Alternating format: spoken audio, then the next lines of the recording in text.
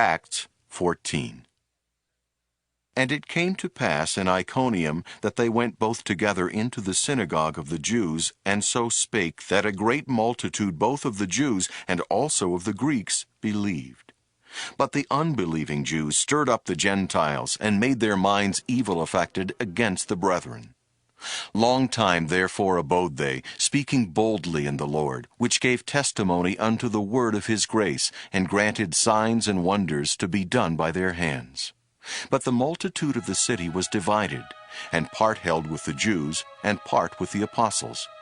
And when there was an assault made both of the Gentiles and also of the Jews with their rulers, to use them despitefully and to stone them, they were ware of it, and fled unto Lystra and Derbe, cities of Lycaonia, and unto the region that lieth round about. And there they preached the gospel. And there sat a certain man at Lystra, impotent in his feet, being a cripple from his mother's womb, who never had walked. The same heard Paul speak, who steadfastly beholding him, and perceiving that he had faith to be healed, said with a loud voice, Stand upright on thy feet. And he leaped and walked. And when the people saw what Paul had done, they lifted up their voices, saying in the speech of Lycaonia, The gods are come down to us in the likeness of men.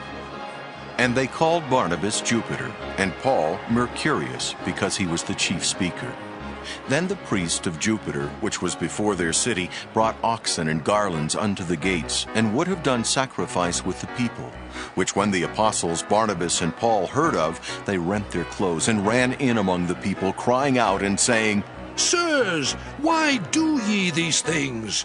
We also are men of like passions with you, and preach unto you that ye should turn from these vanities unto the living God, which made heaven and earth and the sea and all things that are therein, who in times past suffered all nations to walk in their own ways. Nevertheless, he left not himself without witness, in that he did good, and gave us rain from heaven, and fruitful seasons, filling our hearts with food and gladness. And with these sayings scarce restrained they the people, that they had not done sacrifice unto them. And there came thither certain Jews from Antioch and Iconium, who persuaded the people, and having stoned Paul, drew him out of the city, supposing he had been dead.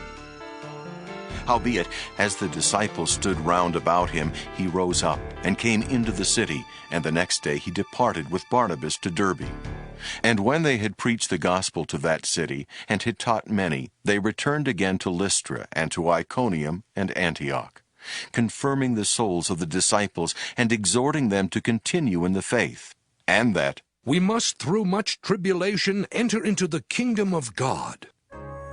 And when they had ordained them elders in every church, and had prayed with fasting, they commended them to the Lord, on whom they believed.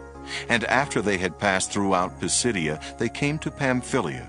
And when they had preached the word in Perga, they went down into Attalia, and thence sailed to Antioch, from whence they had been recommended to the grace of God for the work which they fulfilled.